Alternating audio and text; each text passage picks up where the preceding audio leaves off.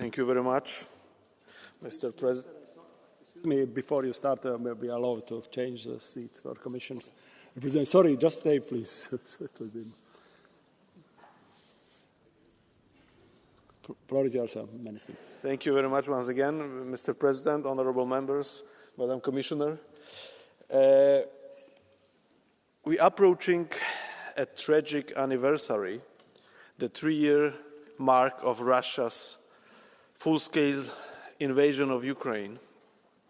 On 23 February 2022, Russia, a permanent member of the UN Security Council, launched unprovoked, unjustified and illegal aggression against Ukraine in manifest violation of the basic principles of the UN Charter and international law.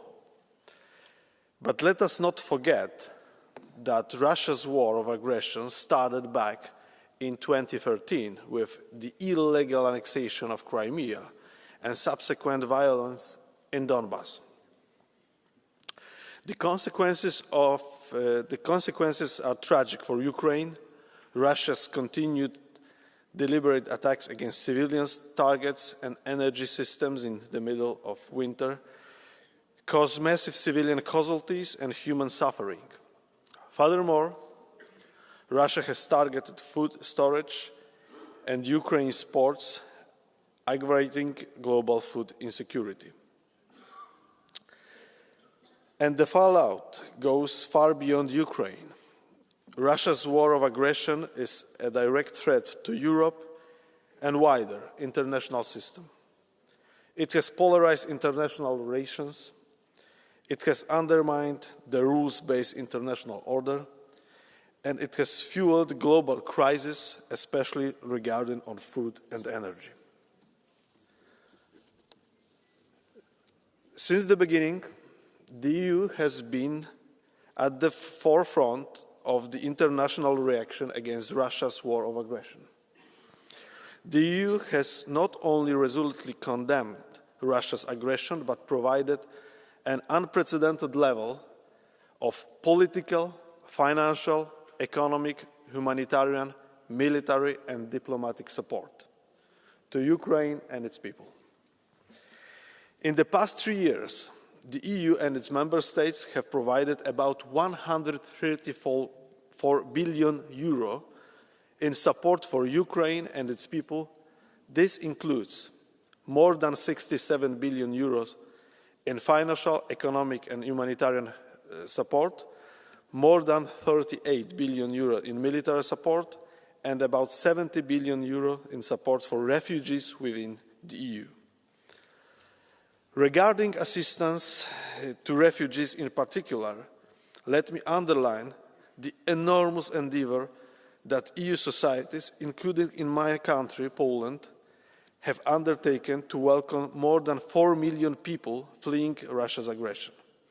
This makes the EU, without a doubt, the largest provider of support to Ukraine. We are also using the extraordinary revenues generated by immobilized Russian assets to help Ukraine's self-defense and reconstruction. A first tranche of 1.5 billion euro was released last summer, and a second tranche of 1.9 billion euro is coming in April. In addition, the EU has subscribed to the G7 loan for Ukraine, where we are the main contributor. And our support is continuing. This year alone, EU supports to Ukraine's budget will over 30 billion euro. In parallel, the EU has imposed 15 packages of massive and unprecedented sanctions against Russia, aimed to significantly curtail its ability to sustain war efforts. Currently, we are discussing the 16th package of restrictive measures, aiming for its adoption by the 3rd anniversary of Russia's invasion. The support provided by EU institutions and member states also extends to many other areas, including accountability for the crime of aggression, where work to establish a special tribunal is advancing. Despite the challenges caused by Russia's war of aggression, Ukraine's reform progress following the opening of the accession negotiation is commendable. We remain committed to support Ukraine in its efforts. Furthermore, the EU has also been at the forefront of political support to Ukraine, both in bilateral contacts with third countries and international fora, where we have sponsored all UN General Assembly resolutions on Ukraine. Today, let me once again confirm our unwavering support for Ukraine and its people for as long as it takes and as intensely as needed. Ukraine must prevail. Slava Ukraini. Thank you very much for your attention. Thank you, Minister. Now I'd like to ask to take the floor for the Commission. Commissioner Kos, the floor is yours.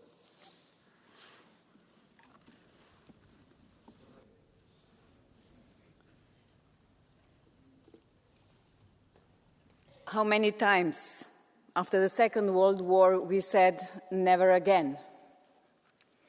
Then we had a war on the territory of former Yugoslavia. Soon we will mark 3 years since the beginning of Russia's full-scale invasion of Ukraine. President, honourable members of the European Parliament, this is a sombre milestone. During these 3 years, the Ukrainian people have endured unimaginable hardship. Families have been torn apart and many lives have forever changed. 3 years of children learning to read in underground schools, 3 years of people worrying about their loved ones, 3 years of running for shelter almost every night. But through the darkness, the Ukrainian people have shown impressive bravery and resilience. Ukrainians have stood together to defend not only their land, but also their values, their freedom, and their future, a future that they see as a member of the European Union. On my first day in office, during my visit to Kyiv, I met Maxim Butkevich, a human rights activist. He had spent 2 years in Russian captivity. He told me, "What helped me survive was believing in values. Values gave him hope." He looked at the European Union as a guardian of human dignity, of freedom and democracy, of solidarity and human rights. His dream of a better tomorrow gave him hope during the darkest times. Many in Ukraine look to Europe because they have seen a world without values, a world of brutality, injustice and impunity. This is the fundamental issue at the heart of this war. What kind of world do we want to live in? A world where military power dictates the fate of nations, or a world built on rules, rules that ensure that every nation has the right to decide its own future. The courage and resilience of the Ukrainian people have inspired the world, but inspiration alone is not enough. This is not just Ukraine's fight. It is a fight for the values that defined all us and for Europe's very own security. Ukraine needs our continued political, economic and military support. Ukraine's fight is also our fight for a Europe that values justice over aggression and unity over division. By supporting Ukraine, we are also safeguarding the very foundations of European peace and security. Together, we must remain resolute. The European Commission, together with all institutions and member states, has mobilized unprecedented support for Ukraine on many fronts. Military support to continue its courageous fight against the aggressor, humanitarian assistance for millions of Ukrainians, both those in the country and those seeking protection in the EU, economic and financial support to ensure that states can maintain essential public services and that the economy continues functioning. This includes repairing energy infrastructure, a constant target of Russian attacks, and ensuring with the solidarity lanes that Ukrainian exports can reach the global markets where Ukrainian grain is most needed. We are also setting the foundations of Ukraine's recovery and reconstruction after the devastation of the war. And we are also supporting Ukraine to implement ambitious reforms that will bring it closer to EU membership. On all these fronts, the European Commission is responding decisively in coordination with the Member States. By now, combined support from the EU and Member States exceeds 134 billion. Together, we are the largest international donor and the largest public investor in Ukraine's defense sector. Let me give you some examples. We have established the Ukraine facility, which is providing up to 50 billion in grants and loans. This helps Ukraine continue functioning and advance its ambitious reform agenda. The Ukraine facility comes on top of more than 28 billion in macro-financial assistance that the EU has provided since 2022. We have also mobilized 48.5 billion in crucial military support. We have contributed over 1 million rounds of ammunition and will have trained 50,000 soldiers by the end of this winter. 4.5 million people who fled the war have received temporary protection in the EU, and we are working closely with international and European financial institutions to set the foundations of Ukraine's recovery and reconstruction. The EU has taken resolute steps to support Ukraine, and our commitment must not waver. Ukraine deserves just peace. We must put Ukraine in a position of strength, especially ahead of potential discussions to end this war of aggression. Ukraine will need strong, credible, long-term security guarantees to deter future attacks. The EU will continue using revenues from immobilized Russian assets to support the Ukraine's defense industry, provide ammunition and air defense, and finance urgent reparations of energy infrastructure. Work is ongoing to integrate EU and Ukrainian industrial bases. And the European Union is preparing further sanctions packages to further hamper Russia's ability to wage this war. At the same time, we will continue supporting Ukraine implement the necessary reforms in their path towards the European Union. This is where they belong. The Ukrainian people are undertaking tremendous efforts under very difficult circumstances, and the European Union should recognize this. This is the merit-based nature of the EU enlargement policy. We should match their efforts and open the first negotiation cluster, the cluster on fundamentals, as soon as possible this year. Our European message to Ukraine is clear.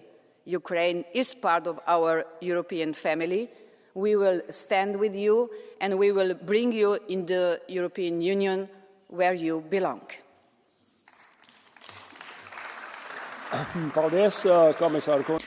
Thank you, Madam Commissioner. And now I give the floor to Mr. Michael Gala on behalf of the EPP. Presidency, colleagues, Szanowni Ukraińskie Druzy. It is with sorrow but also outrage and undiminished resolve that we commemorate the third anniversary of Russia's full-scale, illegal and unprovoked war of aggression against the Ukrainian nation. Our thoughts are with those who gave the ultimate sacrifice for the freedom of their country and their families and loved ones. The character of Putin's Russia is that of a terrorist state that respects no international law, disregards basic human rights and basic principles that the civilized world has agreed upon even in times of war. Both Ukrainian and Russian lives are irrelevant in the imperialist agenda of the dictator and the Kremlin. It is this parliament that has and will always defend Ukraine's legitimate resistance as Ukrainians defend our values and are attacked exactly for this reason. Ukrainians are the first to seek an end to this dreadful war. We insist that on upcoming occasions like the Munich Security Conference, nothing is discussed about Ukraine without Ukraine, and nothing is decided without involving us Europeans. We will be prepared to assume greater responsibility when it comes to guaranteeing Ukraine proper security and prepare her membership in EU and NATO. Those arguing for a grey zone of any form only invite the Russian aggressor to progress whenever convenient. We will achieve our goals in unity and with a united Ukraine. I therefore call on the Ukrainian presidential administration and those in their line of command to refrain from partisan games. Stop curtailing the rights of the opposition in parliament. Stop depriving the former president of his rights as a member of parliament. Your enemy, our enemy, sits in the Kremlin, not in the Verkhovna Rada. Slava Ukraini. Thank you. And now, on behalf of the Socialists and Democrats, Mr. Maniatis for 1.5 minutes. Dear colleagues, in a few days we have the third anniversary from Putin's barbaric invasion into Ukraine. Putin believed that the war would only last a couple of days, but the heroism and the determination of Ukrainians means that they are still resisting against the Russians that have even stooped to the level of using North Korean soldiers. We will continue to support Ukraine so that they will be able to provide basic services for their citizens.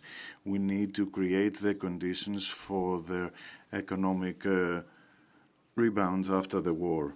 So, we need to apply the principle, the polluter pays, as it were, and to do that we need to confiscate Russian assets abroad, because Ukraine needs to rebuild all of its infrastructure for its citizens, and they also need to defend their borders. This is not just an act of solidarity, this is an investment in the security of the European continent, especially for countries like Greece that lie at the border of the EU and face revisionist power like Turkey. It is of vital importance to ensure that the European borders cannot change by force. Thank you. Thank you. And now, on behalf of the Patriots Group, Mr. Csaba Damot. Thank you, President. Regarding the war, fundamentally we condemn Russia's aggression against Ukraine. Ukraine has the right to territorial integrity, and we must extend a helping hand to those in need. This is why several thousand child Ukrainian refugees are in school in Hungary. But we have to talk about the economic aspects too, because in this House there is often such commitment to continuing the war that we never discuss the economic burden of that war. There is a summary from the Council according to which the EU and the Member States have so far supported the war with no less than 134 billion euros. This is 3 times the amount paid out on regional development during the current programming period. The amount paid out for the war is equal to 10% of the total 7-year EU budget. It's brutal. The only thing more shocking is the future outlook. We know that the USA is going to withdraw its financial support for the war, yet the EPP left Grand Coalition intends to continue upon this path unconditionally, so they will even pay the same amount or even more for the purpose of war. All of this while the European economy is stagnating, so there is highly unlikely to be any more money available. So they should say where they will take this money from. The Cohesion Fund, Erasmus, from the farmers, perhaps. We can see what the media thinks about this, which they've been stuffed with. This media has been stuffed with money from the Biden administration. We can see this on the front pages, and they are asking European people to pay the invoice for this. And much has been said, but they shall not make us pay the price for this war. Thank you. And now, Mr. Bilan from the ECR. Mr. President, dear Commissioners, 24th of February will mark 3 years since Russia launched its full-scale war of aggression against Ukraine. 3 years of brutality, destruction, and immense sacrifice. Ukraine has stood firm, fighting not only for its sovereignty, but for the very principles that define Europe: freedom and democracy. Today, let us not forget the tremendous cost Ukraine has been paying for standing against Russia for Europe's security. Bucha's horrors, far over 10,000 civilian deaths, tremendous military losses, and 10 million refugees, and Ukraine's shattered infrastructures. These wounds will scar generations. Europe has responded. We have imposed unprecedented sanctions, reduce our reliance on Russian energy, strengthen defence cooperation and increase military support. Yet, disturbingly, some voices still call for easing these sanctions. I am proud to say that today that my country, Poland, has been at the forefront of military, diplomatic and humanitarian aid to Ukraine. We have committed nearly 5% of our GDP, the highest in the EU relative to our economy. Our support was among the first to reach the Ukrainian front in significant quantities. We provided the largest number of heavy weapons and remain one of the top countries hosting Ukrainian refugees. Under former Prime Minister Mateusz Morawiecki's leadership, Poland was one of the first to send tanks, fighter jets and ammunition. And let us not forget the historic visit of March 2022 when Mr. Morawiecki, Deputy Prime Minister Jarosław Kaczyński, along with Czech and Slovenian leaders, became the first foreign leaders to stand with President Zelensky in Kyiv. Their message was clear then and it remains clear today. Ukraine is not alone. Our duty is clear. We must stand with Ukraine, not only now, but in the long rebuilding ahead. The war's outcome must be defined by Ukraine with unwavering European support. Thank you. Thank you. And now, on behalf of Renew Europe, Mr. Petras Austravičius. Mr. Chair, Madam Commissioner, Minister, dear colleagues, Ukraine, hand in hand with its Western partners, has withstood 3 years of bloody and devastating aggression by Russia and its proxies. Respecting the immense price paid by defenders of Ukraine and the defenders of our European values, the European Union efforts must now focus on the following. First, EU, from the very beginning and fully, must participate in the forthcoming ceasefire or peace talks. The outcome of these negotiations will determine the long-term future security of Europe. Second, we must continue our military assistance to Ukraine and provide it with maximum security guarantees. Russia has no intention of changing, and we must be ready. Third, we must continue to work hand in hand to help Ukraine reform and integrate into the European Union. I really hope that the 3 years of Russian aggression and the horrors it has inflicted on the Ukrainian people have revealed the true face of Russian imperialism and international terrorism, and that we have learned a lesson for future that we must not forget, for victory of Ukraine and ours. Thank you. Thank you. And the next speaker is Willy Saundal. 1 minute. 3 år. 3 år er mennesker i Ukraine blevet 3 years. For 3 years, people in Ukraine have been terrorized every day by Putin's war machine. An attack, a terrifying attack on a land with helpless civilians, and the West is trying to help them to survive with the attacks on critical infrastructure, which is affecting innocent people who are going through a third winter without light, without heat in many cases. And the EU and the USA have both together supported Ukraine's fight for freedom, but now it looks uncertain. It looks as though the American situation is different because of the self-centered oligarch in charge. We have to do what we can. We have to make it clear to Putin that after this merciless and unprovoked war, we must do more to support. Thank you. Danilo Della Valle Kungan per 3 minuti.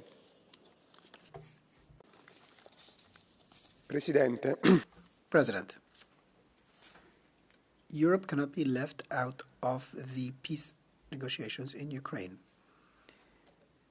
We don't want to see the crocodile tears of a political class, including Kallas, von der Leyen, Meloni, who have failed all along the way and have made Europe weaker in the world. The management of this war will probably be studied in the universities throughout the world in the coming years as one of the greatest failures of the EU's external policies since its inception. We need to take the situation in Ukraine in our hands by accepting a diplomatic way out. And instead, you have taken up missiles, drones, guns, and even the idea of sending our armies to the battleground. Despite the sabotage of Nord Stream 2, this parliament continues to listen to delirious ideas that we can beat Russia in the battlefield without taking into account the current situation. You followed Biden, and now you'll probably follow Trump. But enough. Stop. Have you not done enough? EU citizens are paying the price. Ukrainian citizens are suffering because you are not able to carry out the diplomacy and mediation that has always characterized Europe. Now, under Trump's plans, the EU could sit idly by and sadly watch history unfold. Let's go back to speaking about peace. Thank you. Now, Europe of Sovereign Nation Group, Petras Gražulis, 1 minute. Sveiki. Jeigu Europa būtų vieninga. Thank you very much. If the EU is united and strong,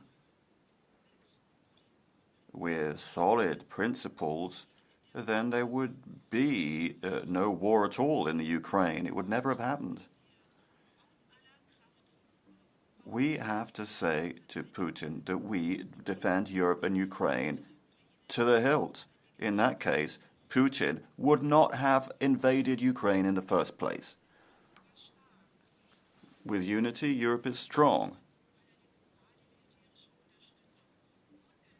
But the military support we supplied was not enough, and that allowed Putin to do well in his war.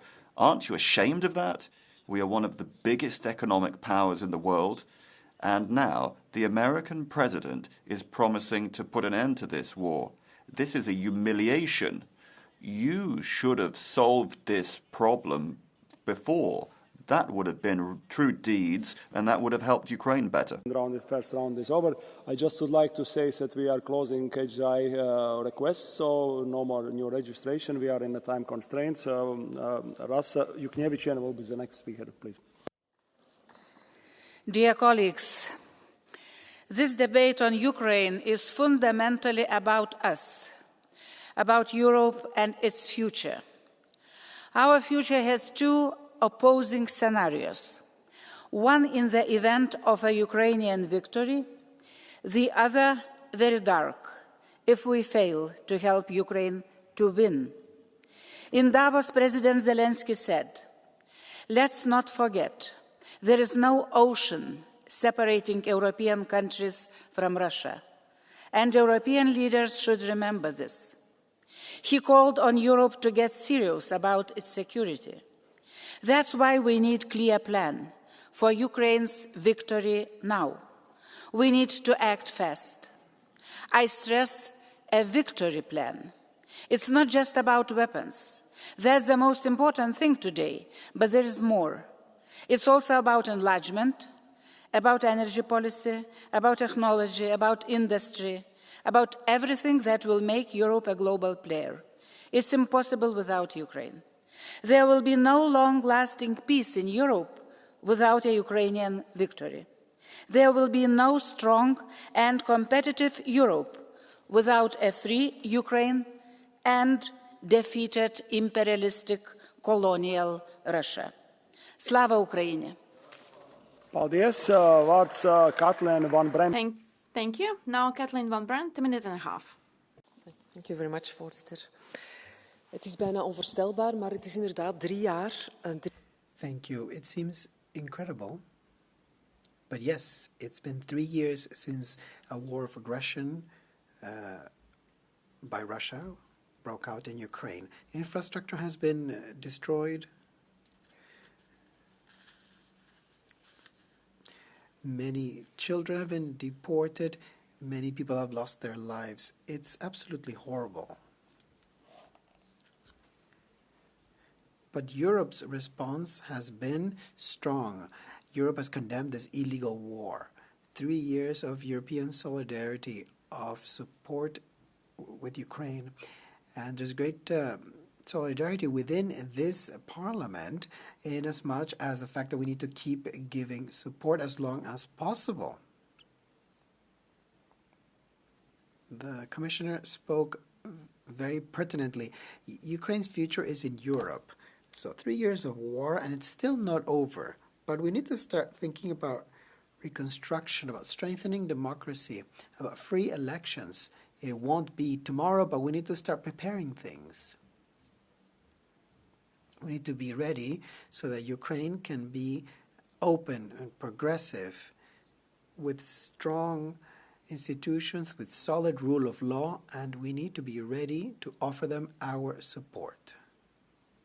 And so that Ukraine can truly move towards the EU. Thank you, and then Pedro Martione, 1 minute and a half. Vu depuis les capitales. Mr. Tione, from European capitals, the war that has been raging for 3 years is exactly a fight between good and evil, the NATO versus Russia. Beyond our strategic ideas, we've missed the point of this war. This war is it's aggression by Moscow and national liberation for Ukraine. Between 1917 and 1920, Ukraine had proclaimed its independence, but again, unlike the Poles, the Finns, or the Baltic countries, they were not able to keep it because it was shaken from the inside and invaded from the outside. Ukraine has a long-standing existence as a state, and they keep fighting for the right to exist. We can't forget Metternich, who said that Ukraine was vitally strategic. And now in the 21st century, the people's rights are being denigrated. Despite the attempts of eradication of their culture, Ukrainians have a strong identity. Ukrainian soldiers in the front are guarding their borders and fighting for freedom. After the fall of the Soviet Union, there was the question of a post-imperial Russia, and now Ukraine is trying to go against this. Ukraine should, with each passing day, Ukraine is more and more of a nation state. Now Reinis Pozniaks, 1 minute. Dear Mr. President, Madam Commissioner, dear colleagues, some time ago, Mr. Rutte, the Secretary General of NATO, visited the SEDE committee. He said that if we do not invest enough in our defense, we may be forced to move to New Zealand or learn Russian. I will add to what Mr. Rutte said. The aforementioned options will remain for the lucky ones. The less lucky ones may have to move to a village in Siberia, traveling in rail carriages for cattle. And the least lucky will be shot in the cellars of their homes, according to lists prepared beforehand. By the way, such lists already exist. The Baltic states and Ukraine have experienced this already during the years of the Soviet occupation, and Ukraine experiencing this once again. And we can see that during these 80 years, nothing has changed in the methods Russia is applying. Therefore, support to Ukraine is the best and the most efficient investment in our security and defense. Thank you. Thank you. The next is Marie-Agnes Strack-Zimmermann, 1 minute. Herr Vorsitzender. President, Commissioner, 3 years of murder, destruction, rape and kidnap. And Europe must continue to be on the side of the Ukrainians and explain what is happening to people in that country. Yes, even if there are peace negotiations, 80 years after the end of the Second World War, we have to sit on the Ukrainian side of the table, so that it's not the USA or Russia that decides about the future, how the future will look at our continent. And with the reconstruction, we also have to stand on Ukraine's side. It is terrible, my ladies and gentlemen, terrible enough that you have the right and left politicians exist who are singing Vladimir Putin's song, that Ukraine is somehow at fault itself of this, or we're at fault. Ladies and gentlemen, as Democrats, we have the majority in this House, and we will not allow that this narrative will fall upon fertile soil. Jack Zimmerman, you have a blue card from Alexander Sell. Would you accept it? Right. You accept him. Yeah, please, you have a floor. Vielen Dank, Frau Strack-Zimmermann, dass Sie die Thank you for allowing this question. So you talk about deliveries of weapons to Ukraine. You say that Russia has to be has to win. So Donald Trump has said that he wants to stop this and has spoken to the Russian parliament, stop the killing. This has been refused, however, on this side. Do you want to continue to deliver offensive weapons to Ukraine? Or given that there's a peace initiative from Washington, could we hope that you will keep your games for the carnival? Ich da nur sagen. Hello is all I have to say as we greet each other in carnival. So that's it. You're singing Putin's song. Ukraine has to be supported with everything: humanitarian, economic, and military aid. Trump said he wants peace. He said he wanted to end the war in 24 hours, and we're at 100 days. Even Trump knows who is sitting on the other side of that table. And for that reason, a clear statement: humanitarian, economic, military help for Ukraine. It's about Europe at the end of the day. And I tell you, even if you don't want to believe it, you will remember this. You will have to remember this. When Ukraine falls, that will not be the last war in Europe. And you will also feel it on your own skin. So we are in time constraints. So next speaker, nākamais runās Mārtiņš Staķis. Mārtiņš Staķis. Paldies, President Kungs. We Latvians see Russia differently because we live beside it. Just imagine an apartment building. We, Latvian and Estonian neighbors, live in the same floor and improving our house day by day.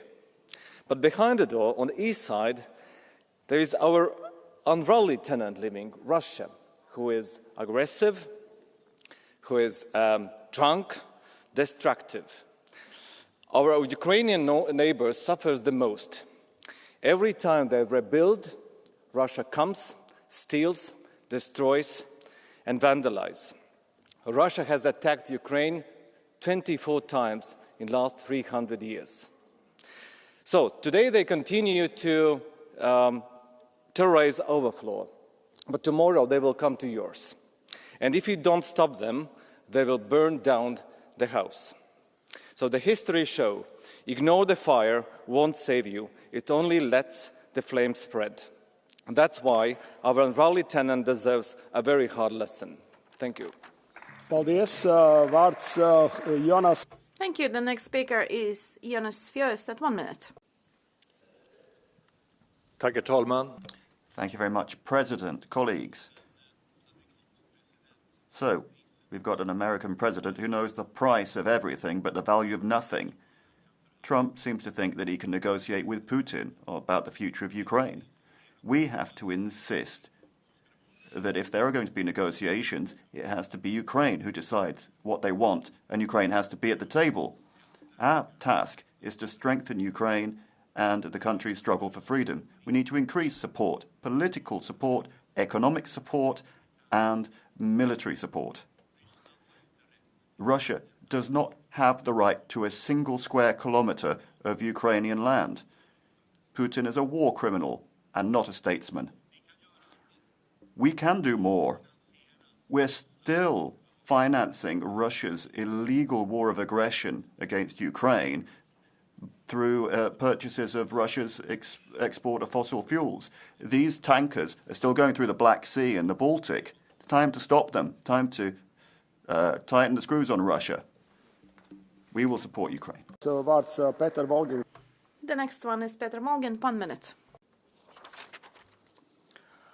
От дълго време нормалните хора повтарят, че във войната в Украйна може... So, some people say that the war in Ukraine can only be finished through peaceful negotiations. This is a sensible suggestion, but all of the Democrats have reacted with other slogans. So, war until Zelensky has won. The good thing about that is that in the USA, normality is returning. And perhaps now there will be an opportunity for negotiations and for the war to end in Ukraine. If there's more normality in the USA, then the So then Ursula and Kaya will have to keep talking about unconditional support for Ukraine. And it will take a little bit of time, perhaps, before these ladies understand why they haven't been invited to the peace negotiations. And even if they are invited, they will be playing a useless object that are being pushed around by the main... The next speaker is Luboš Blaha. 1 minute. Vážení kolegovia, prepáčte, ale už som otrávený zo... Dear colleagues, I must apologize, but I find the anti-Russian sentiment here absolutely awful. Ukraine has lost hundreds of thousands of people, and if we had managed to find an agreement with Putin in Istanbul, then we would be at peace now. Secondly, Russia and Russian sanctions, rather, are hurting Europe more than anyone else. Zelensky has turned the gas taps off.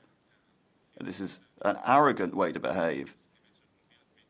The US has changed their position and are going to negotiate with Putin. That's reality. Europe is no longer respected. We can't continue along this road. So I must communicate to you that I will be going to the Russian parliament at the start of March to try and engage in peace negotiations and follow the negotiations. Thank you. The next speaker is Sandra Kalniet for 1 minute. Dear colleagues, for 3 years, Russia has been continuing the war in Ukraine, and there is no sign of Putin's willingness to end this war.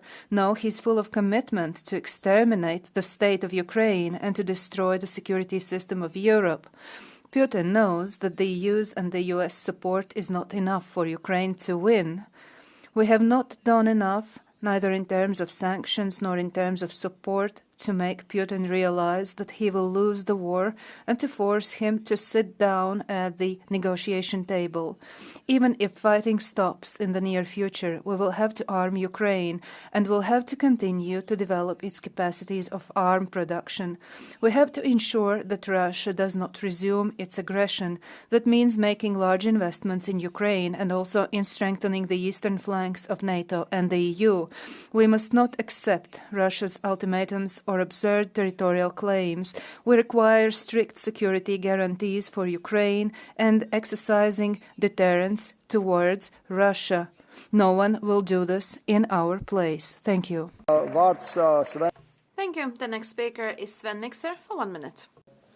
Dear colleagues, 3 years into this war, the fundamentals have not changed.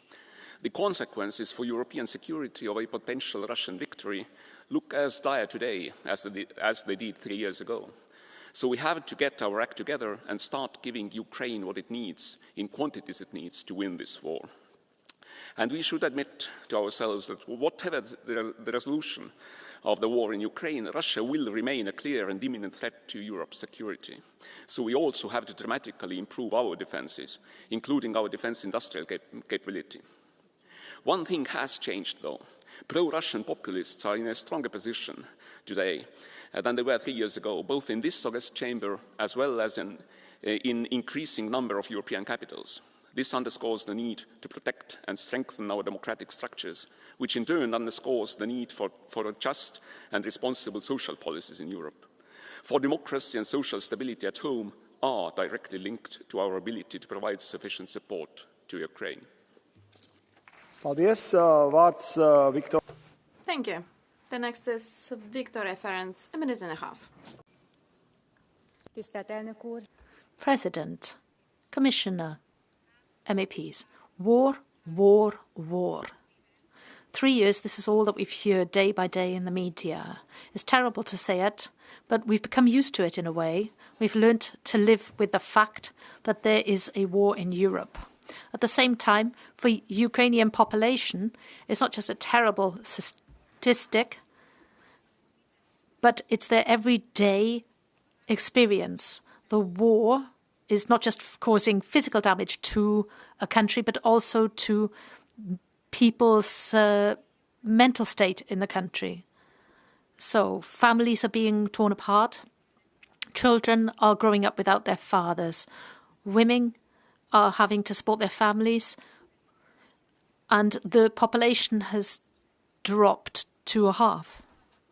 So the society, it has only got hope that they will have peace at some point. We know, however, that you cannot get a lasting peace through weapons, but only at the negotiating table. And we need to have a peace negotiator from Europe, and we need peace negotiations. We don't need a war that demands people's lives. We have to create pace so that there is finally an end to people's suffering and so that we can defend the children growing up in the shadow of war and the mental health of those children and of young people. And that is our task. Thank you. And the next speaker is Alberica Gambino for 1 minute.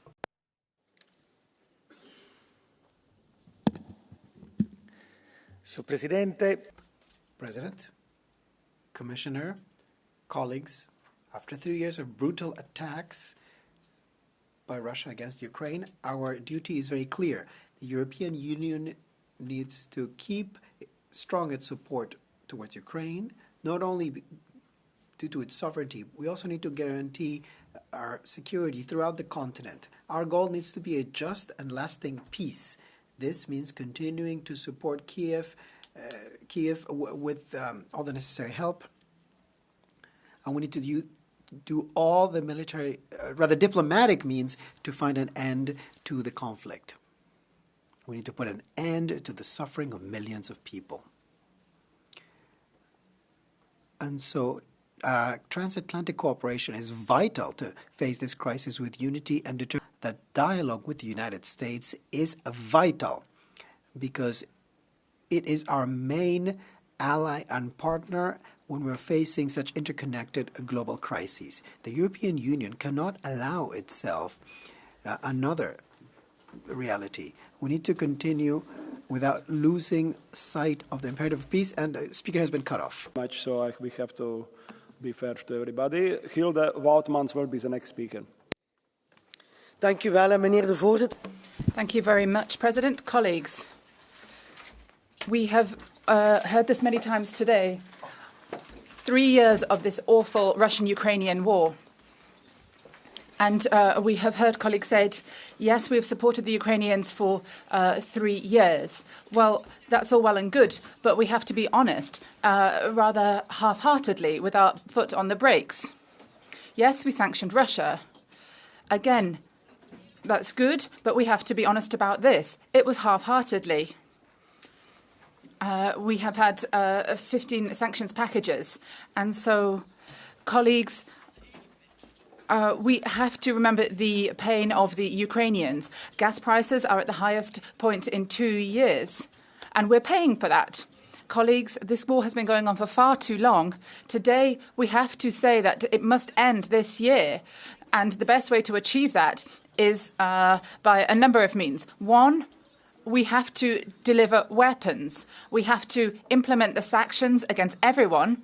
And thirdly, we have to strengthen Europe. Thank you. Sergei Lagodinsky, kungam, vienai minūtei, lūdzu. Now, Mr. Lagodinsky, to 1 minute, please. Ukrainian. Цю промову я виголошую українською мовою з двох причин.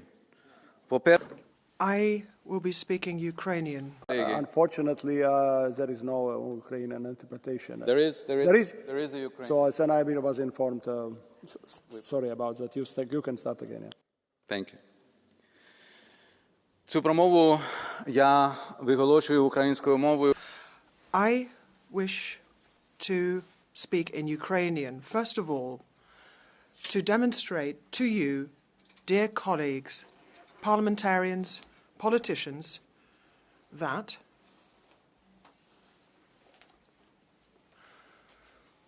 we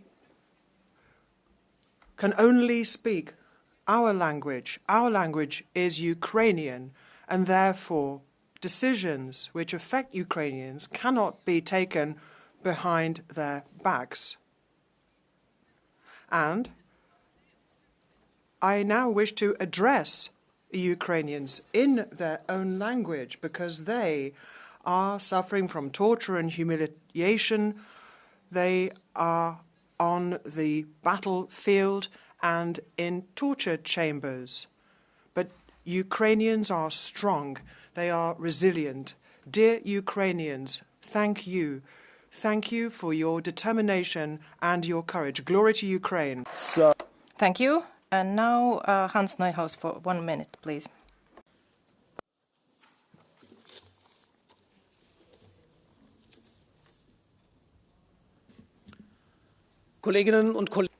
Dear colleagues, the years of Russia's war of aggression against Ukraine are also the years of the final geopolitical failure of the European Union. The failure is final because it really represents the end of a development that actually began with a US decision, the decision to bring Ukraine into NATO. For a quarter of a century now, Europeans have been led by the nose through the geopolitical theatre created by the US. I refer you to Mr. Timmermans, who talked about the end to these negotiations, the end of the war in Ukraine, negotiations that would be conducted without heads of state and government in Europe, or indeed possibly without Ukraine itself. At the end of the day, what we Europeans are called upon to do is to pay for this war. Ladies and gentlemen, I think it's proof, if proof were needed, that this war is basically a geostrategic conflict between two great powers, and it proves also that the EU is not a relevant geopolitical player. Thank you. Thank you. And now Fabio De Massi for 1 minute, please. Ladies and gentlemen, the fact of the matter is that the Ukrainians were indeed betrayed, but for other reasons than many have rehearsed here. They have been sent to fight an unwinnable proxy war, and all talks about a NATO perspective for Ukraine have simply been swept to one side, and Charles Kopshin, who was Obama's former security advisor, characterized it as a big mistake. It was something that was dismissed. But then in 2020, we were on the verge of a peace settlement, and that came to nothing because the Ukrainians said that they wanted to fight on, and we have more than 1 million casualties and deaths. In the meantime, the country has been laid to waste, it is destroyed, and it is poised to lose at least part of its territory. And this shows the emptiness of political words, and it is time to put an end to the fighting. We need negotiations on a ceasefire. We need mutual security assurances, but these bloody words will prove to have been a historical mistake. And now Michał Szczerba for 1 minute, please. Szanowny Panie Przewodniczący. Thank you very much, President, Commissioner, Minister, ladies and gentlemen. 3 years now. This war has been going on for 3 years. We've seen the support of our allies to Ukraine. We want Ukraine to win. We want to see a reconstruction of Ukraine. And we want Ukraine to become a strong European country, because it will make Europe stronger too, and it will make Europe more safe. 3 points I'd like to raise in this debate. First of all, we need a common migration strategy, and we also need to deal with the democratic crisis that is looming in Ukraine. There are many, many Ukrainians who have left the country during this conflict. They have fled. They should be allowed to return home to Ukraine in order to rebuild the country, to develop the country. We're really talking about a major democratic crisis. Secondly, we need to support veterans. 2 million veterans, according to estimates, at the end of this war. We need to support them physically, psychologically. And thirdly, we also need to talk about a political dialogue. Switched off, yeah. So next speaker, Thijs Reuten for 1 minute. President, Commission, colleagues, Council. 3 years full-scale invasion and Russian brutality. What did we learn? Ukraine has already won. Ukraine will be EU member, and we will be stronger with them. And Europe is stronger and more resilient than many thought. Yes, we did a lot financially and militarily, but was it enough? Was it enough? No. We delivered too late and too little on crucial military support to protect Ukrainians and to defend Europe. Yes, to defend Europe. It is not over. Promises of a quick peace without leverage over Putin don't work. Peace through strength, not without Ukraine, about Ukraine, is also about our strength and also not about Europe without Europe.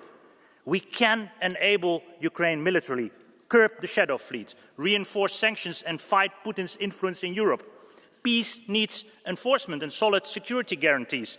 As we honor the brave Ukrainians, the brave heroes of Ukraine, we should all ask ourselves how much Europe is worth to us as we know it.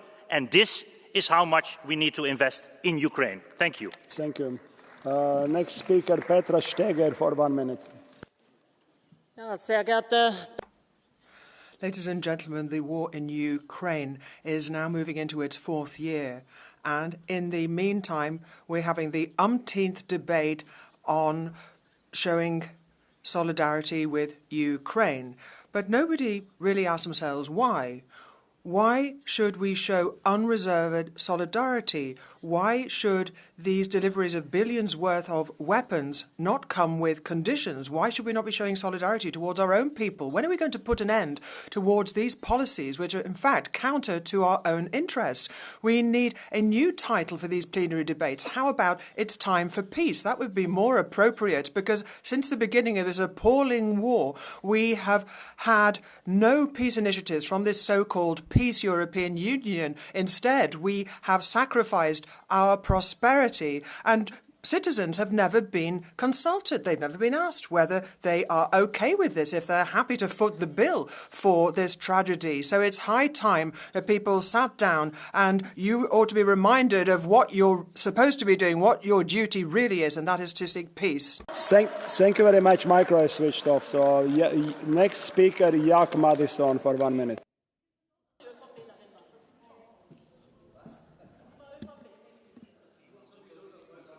Thanks so much. It's always lovely to see how the chambers are fighting with each other in the chamber. Anyway, for 3 years, a lot of talk, no results. I think we have no doubt that in the next few months we're going to have negotiations for the peace. So we will reach for that. But the problem is that in which kind of terms we have. Today, currently in Europe, we don't have any kind of leader who will be equal to negotiate with Trump, Zelensky and Putin. Is it Kaja Kallas? Definitely not. Ursula? No. So the problem now is that Europeans love to talk a lot and to make your own green deals, fight for the climate change. But in the reality, we have been talking for 3 years, and now, of course, from the different sides, they are screaming about the human lives, how we need peace. But the problem is that we have had peace several times with Russia, and nobody has given a shit about the result, that their territories are occupied, people are murdered, killed, raped, and we are just loving to talk here for 3 years. Very lovely story. Problem now is that we are not still investing enough for our defense. We are still buying. We are the biggest importer of the LNG from Russia. We are paying billions of euros to Russia to have war. Great. Thank you, colleague. Next speaker, Bernard Guetta, for 1 minute.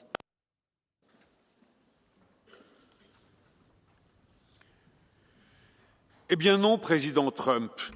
No, President Trump. Unlike what you've said, Mr. Putin is not sad that this war is going on. He's wanted this war for a very long time. He's been preparing it for a long time because the only thing he'll be sad about is that the heroism of the Ukrainians had prevented him from getting to the Polish border, to the border of our union. So stop it, Mr. Trump. Stop talking about the sadness and the humanity of your friend Vladimir. Because if this war was so painful for him, then he could stop it by just recalling his troops. And, President, if there is something you can blame your predecessor for, it's not for having supported Ukraine, but having supported them too little, too late. History will be the judge. But be careful that your country and the world will not pass the harshest judgment against your connivance working with this new Stalin. For 1 minute, please. Vážené kolegyně, kolegové. Colleagues, today it has been 3 years since Russia started its brutal aggression against Ukraine.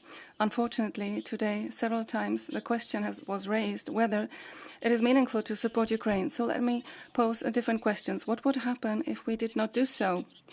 Where would Europe be today if we had been passive, if we didn't open the door to refugees, if we were not united?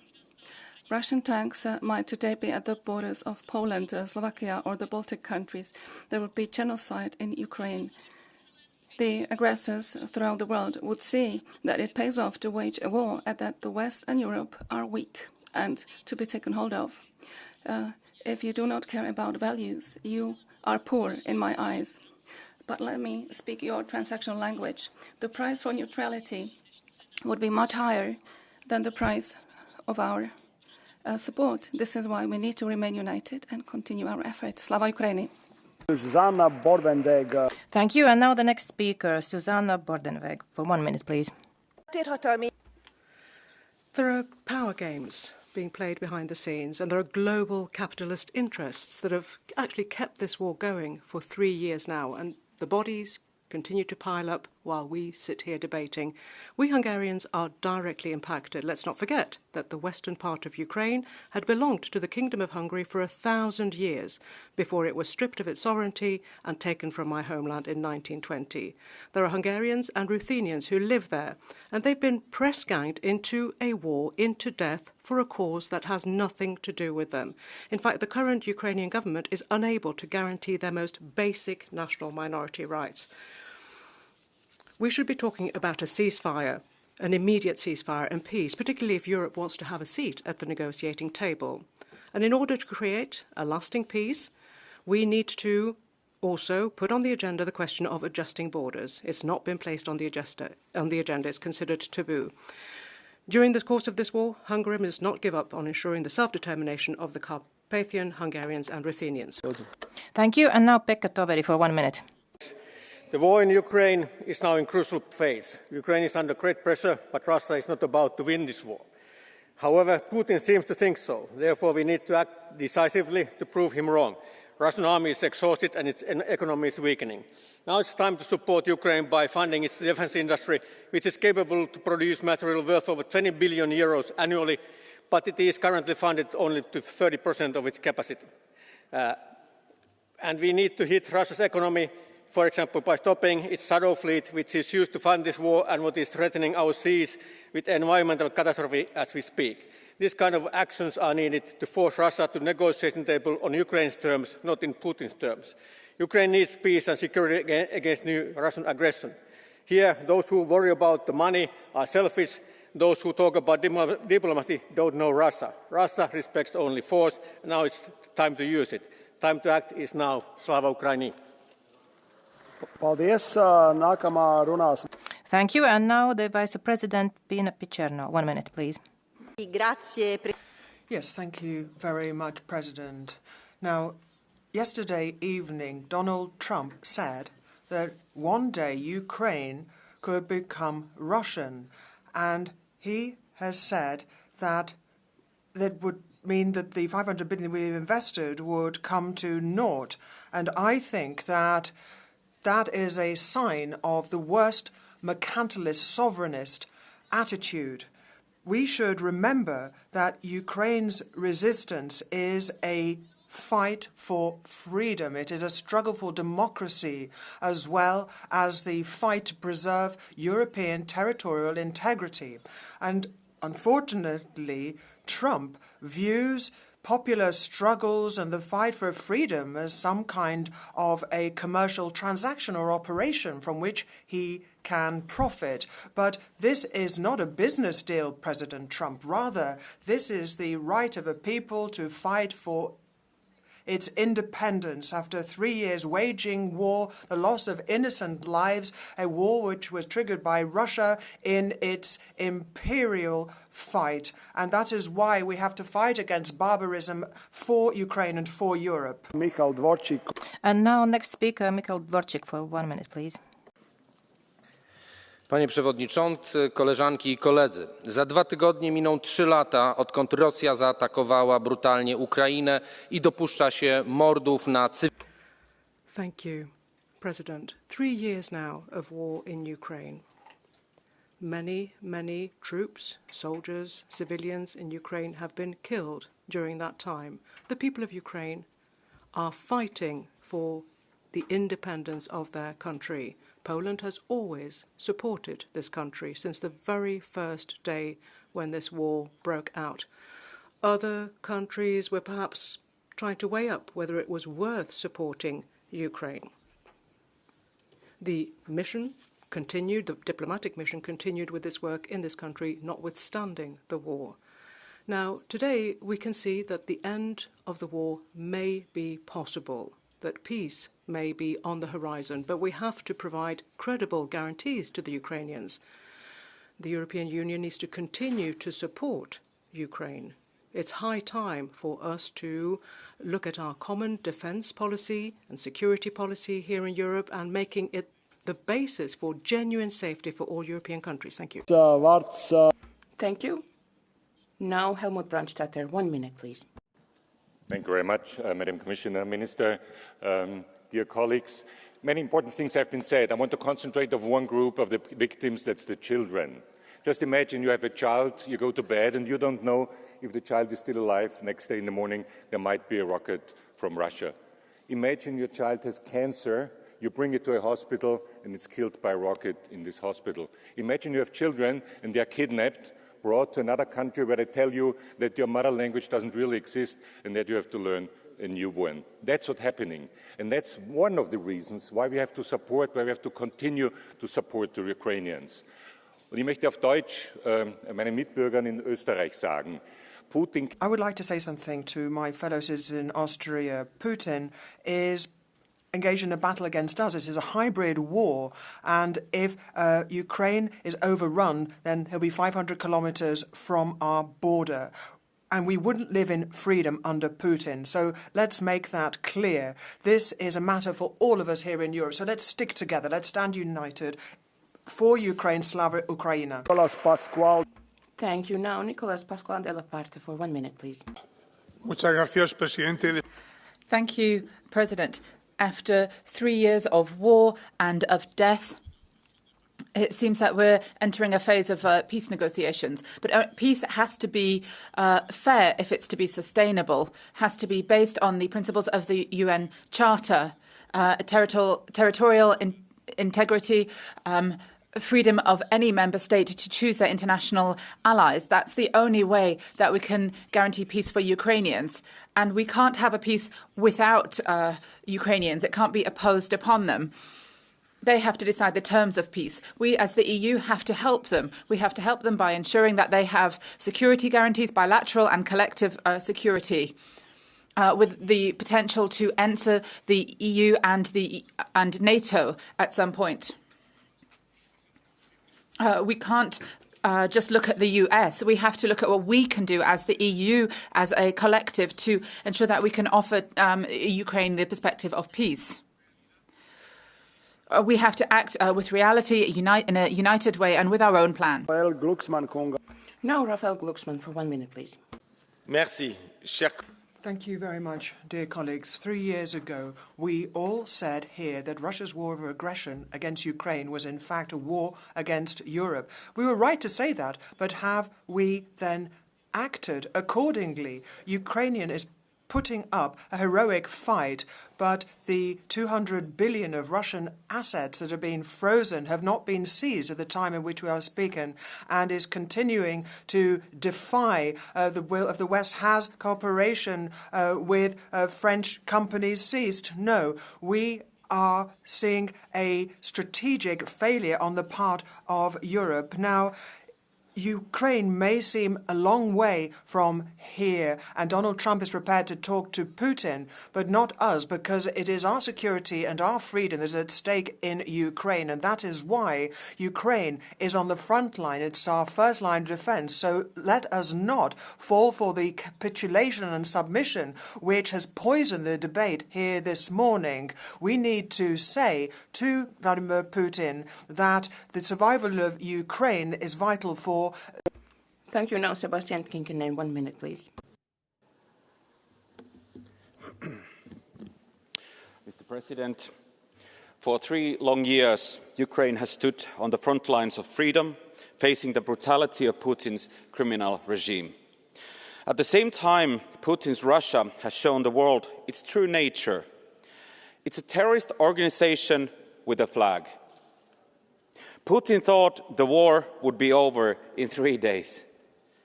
He also thought Europe would turn its back on Ukraine. He was wrong.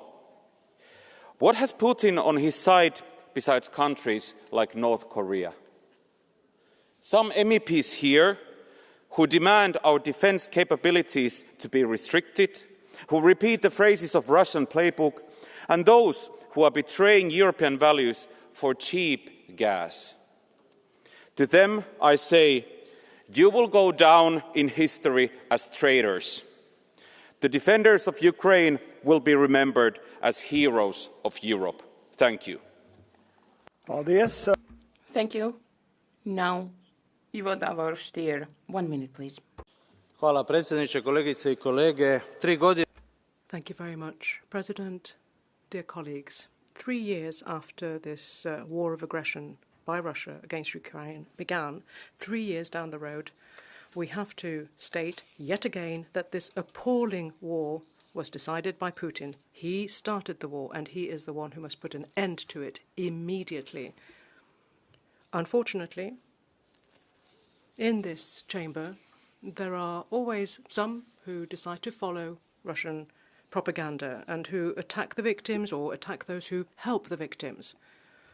They're bringing pressure to bear on the victims. Now, that is not a way of stopping the aggressor state from doing what it does. Russia currently occupies Crimea, as well as 4 oblasts in Ukraine. Russia, however, cannot defeat Ukraine, and Russia cannot revert to domination. So, yes, of course, we refer here to negotiations, but I think it's very important to point out that it's not possible for the situation to continue like this with Russia in terms of territory. I say, long live a European... Now, Marcos Rosemper, for 1 minute, please. Gracias, Presidente. Thank you very much, President. We've had 3 years of war, 3 years since the invasion, 3 years of a clash between the values of Putin and Europeans trying to help Ukraine survive. We have tried to look at a solidarity mechanism for Ukraine, 500 billion, as part of a financial framework which will be funded by the interest and profits generated by frozen Russian assets. But we have to go even further. There has to be more military, humanitarian, as well as economic assistance. It's important that Ukraine be allowed to prosper after the war and that there be a future for the people with the necessary resources to rebuild infrastructure as well as to modernize the country after years of conflict. And that is why we must not cede in the face of this populist drift in the European Union. Rather, we should be a bastion of democracy and human rights, and we should make sure that we accompany Ukraine. Thank you. Thank you. Now, Arkadiusz Mularczyk. 1 minute, please. Panie Przewodniczący, Szanowni Państwo. President, ladies and gentlemen, 3 years after the brutal war of aggression perpetrated by Russia against Ukraine, 3 years later, I would point out that our solidarity cannot fail. We know from history that solidarity is extremely important. Solidarity cannot be exchanged against a coward's peace. I know what war is, and I understand the long-term consequences of war. After the Second World War, Poland had to battle with the consequences of this war perpetrated by Germany. And certain things were never cleared up. Ukrainians too will have traumas, will have a crisis, will have problems, and we cannot abandon them. We cannot leave them alone. We in Poland are well placed to understand what it means to be deceived by the West, to be let down. The Yalta Conference, 80 years ago now, the Yalta Conference, where we saw the domination of Russia in Eastern Europe being accepted, and that has disastrous consequences for us. Lopatka for 1 minute. Colleague Steger, you should be ashamed of your speech. 3 years have passed since Russia launched its brutal war of aggression against Ukraine, displacing millions and causing immeasurable suffering. And the spirit of the Ukrainian people remains unbroken, demonstrating remarkable resilience against Russian tyranny. And you and your party colleagues are still the voice of Russia here in the European Parliament. But the huge majority here is supporting Ukraine, not least because this struggle is also a struggle and a fight for democracy, freedom, and the rule of law globally. And Russia's aggression threatens European and international stability and security.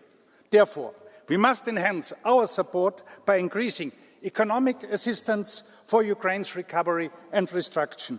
We have to counter Russia's propaganda and disinformation. Kolega Lopatka, would you accept a question from Mr. Jungblut, Alexander? From the EASN? Yes. Because Mr. Sell already was speaking on blue card, I take another one blue card. Jungblut, Alexander, floor is yours. Ja, sehr geehrter Kollege, Sie haben gerade gesagt.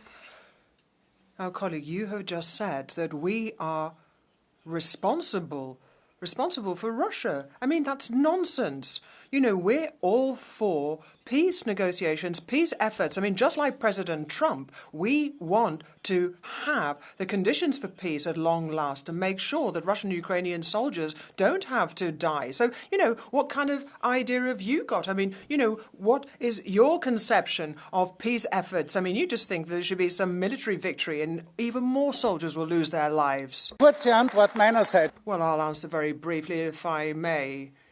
Yeah, Putin could end the war immediately. He could do it in a flash. It's in his hands. But it is the Freedom Party of Austria that has a friendship agreement, a friendship treaty with Putin. You haven't dissolved that. I mean, that is your problem. That is your problem. You're on the wrong side here. And we will continue to stand alongside the Ukrainians. Thank you. In order to be able to hear the next speaker, Tonino Pizzula, please be quiet in the hemicycle. Now, Tonino Pizzula, please. Mr. Chairman, Madam Commissioner, dear colleagues, 3 years after morning news that changed the world, we can only echo our full support and commitment to Ukrainian people and their heroic fight against the Russian aggressor. The war against Ukraine is now in its critical phase.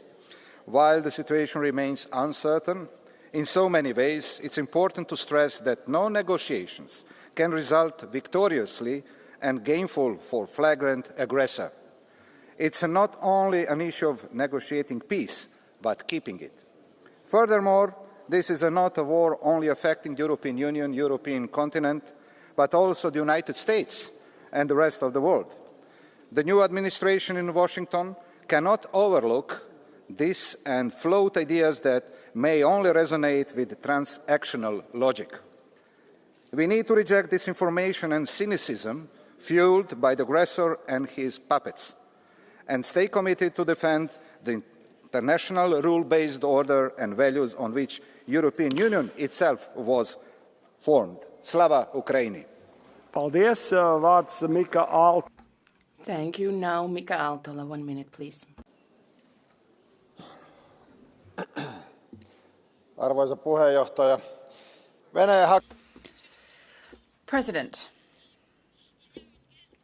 there is a brutal war being waged by Russia, but Russia wants to talk to the United States about fragmenting Europe and the peace negotiations.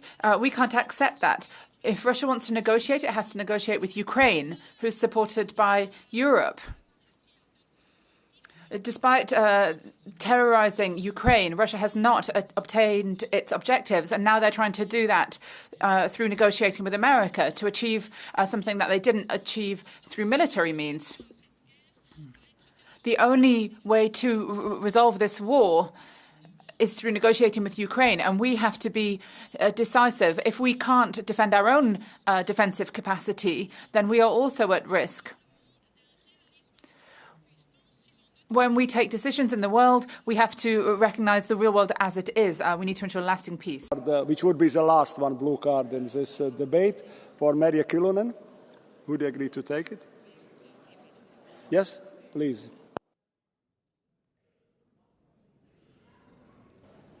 Dear colleague Aaltola, I just want to ask from you that today here we have speak about the war for 3 years, but Russia took Crimea already 2014.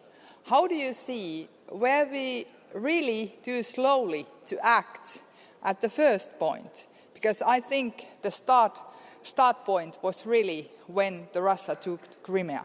Already 2014, and it's more than 10 years now. Yes, you are quite right.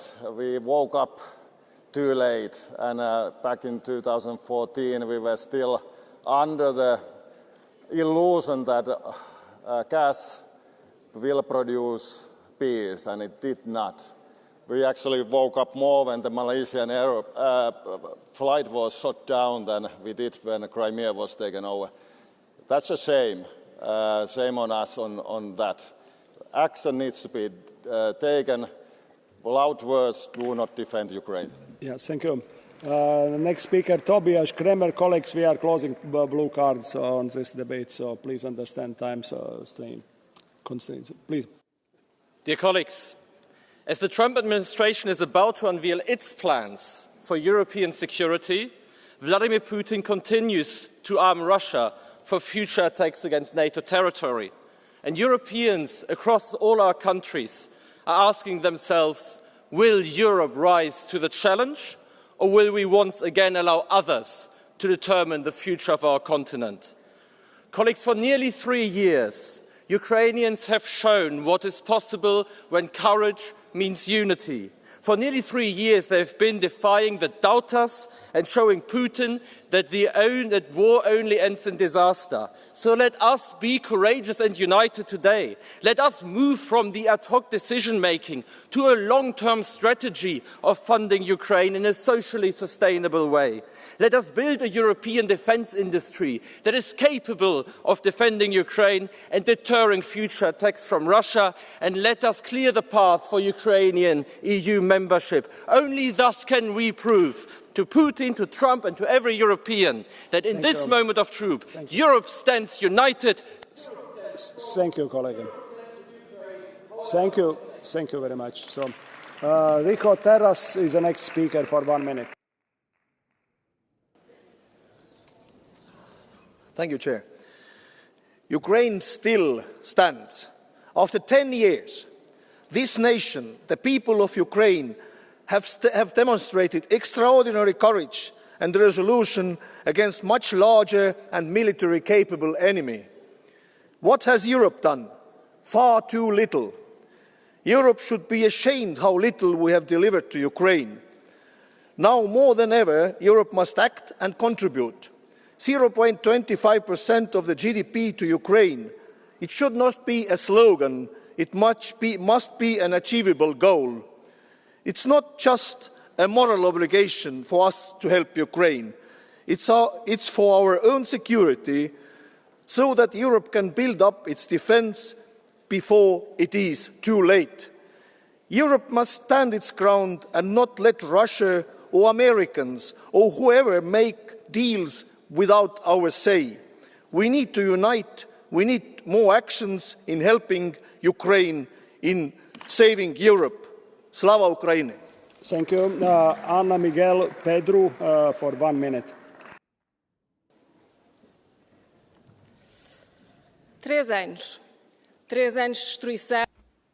3 years. 3 years of destruction, resistance and courage.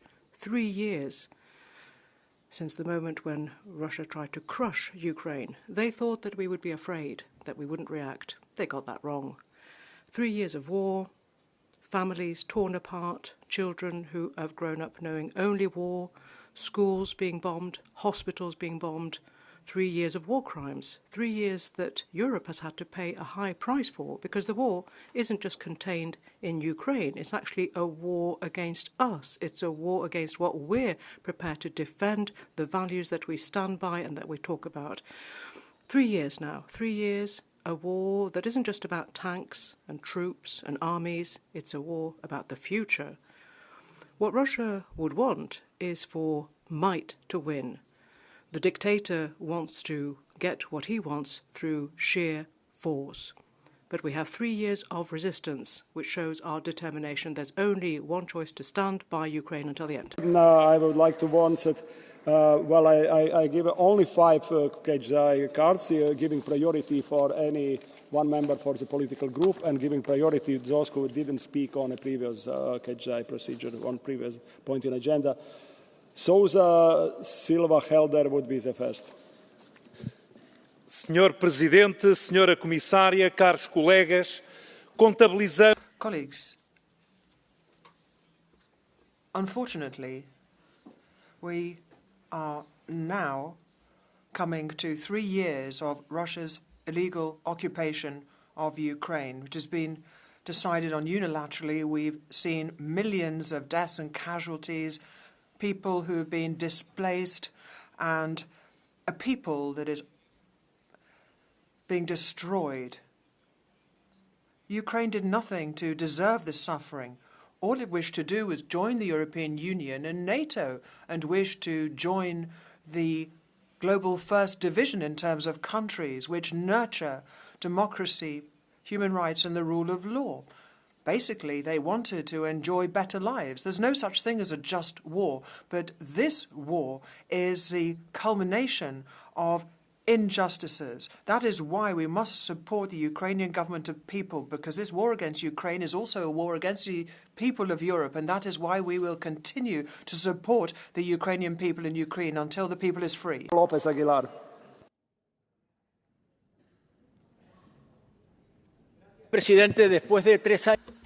President, after 3 years of this cruel war of aggression by Putin against Ukraine, we have to finally act. We have to provide the financial support to this country for those countries that have received so many people who are displaced due to war. But we can't allow any pretext to ensure that we're not fulfilling the Asylum and Migration Pact. We know that Poland has accepted many of those who were displaced by the war against Ukraine, but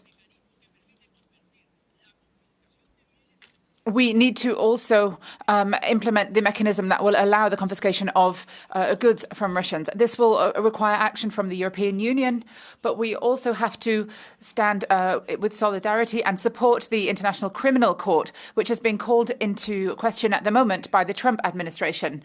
The European Union is a signatory to international criminal treaties.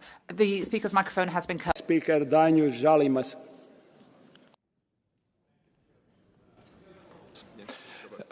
Dear colleagues, there are only 2 ways to achieve a long-lasting peace in a war of self-defense against aggression: victory or capitulation. However, only in case of victory against aggressor we can see legitimacy restored and justice achieved. It means the full restoration of Ukrainian sovereignty, a full reparation for all the damages sustained by Ukraine, punishment or by a special tribunal of the Russian and Belarusian leadership for the crime of aggression, as well as holding accountable all those responsible for war crimes. And secondly, the implementation of other principles of President Zelensky's victory plan, such as the full membership of Ukraine in the European Union and NATO. Justice cannot be separated from peace, and conditions of peace cannot be dictated by the aggressor. They should be determined by the victim and international law. Everything else is the fundamental failure for us political leaders of Europe. Our generation might be remembered with shame and disgust. Do we really want this to be our legacy? Thank you. Thank you. Next speaker, Siegfried Frank Drosen.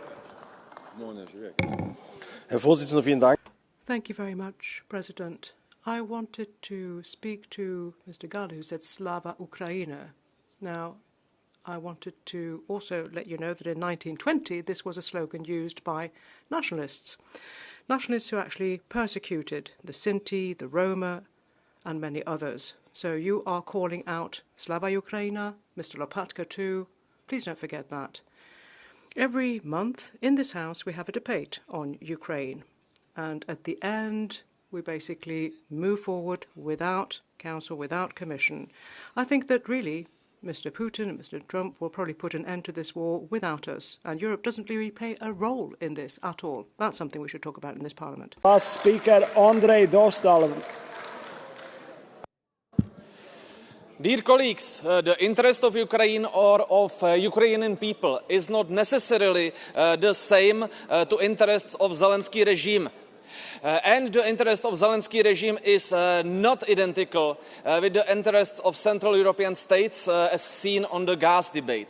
Thanks to new Trump administration, we know for certain that the United States, sponsored by billions of dollars, the media, the NGOs, the quasi-fact-checkers, who violently attacked anyone who was anti-war in Europe and even in the United States. This abomination needs to be ended. We cannot suffer this foreign influence. The real interest of Ukraine is the end of war and return to normal life. Our interest is resumption of trade and prosperity. Let us discuss the option openly. I heard here that you would like to prohibit opinions of being told. This is not possible. Each of us MEPs has a full right to say what our political position is. Every child knows that. Thank you very much. Thank you. We are closing KGI procedure, and I would like to ask to take floor for the Commission. Commissioner Kos, floor is yours.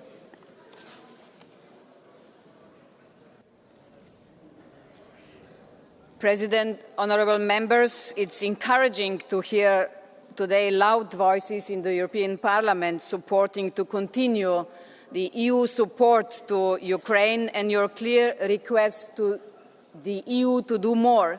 We all recognise that the EU and its member states have done a lot, but the needs remain huge. Our European assistance to the Ukraine is an investment, we have heard this today, in the Europeans' future. Ukraine has to be able to successfully defend its sovereignty and territorial integrity.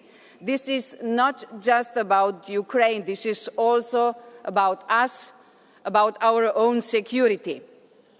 We will continue providing financial and military assistance with the goal of putting Ukraine in the strongest position ahead of any potential discussions to finally end Russia's aggression and the suffering. Ukraine, this is also what we heard, and the European Union should be involved in the peace talks, and they will be. And we will continue advancing the accession process. All of Ukraine is undertaking tremendous efforts. We should not forget the circumstances under which the politicians, civil servants and society as a whole are working in the same direction to become a part of the European Union. Our objective is to make substantial progress towards accession during this mandate. I'm looking forward to the opening of negotiations on clusters, starting with fundamentals when possible during the Polish presidency in the first half of the year. The European Commission will continue supporting Ukraine in this process. And when we speak about helping Ukraine, we should not forget when the conflicts started. They started when Ukraine decided to go the European way, the way of democracy, the way of European values. Again, I will quote Simone Weil. She said in 1979 that all the member states are confronted with three big challenges: the challenge of peace, the challenge of freedom, and the challenge of prosperity. We could add today the challenge of security. And she also added, those challenges can only be met through the European dimension. And I'm reassured to know that we can count on the support of the vast majority in this House for the future, especially also after the war when we will do the reconstruction. Thank you. Thank you very much, Commissioner. Floor is now for the Council. Minister Šlapka, floor is yours.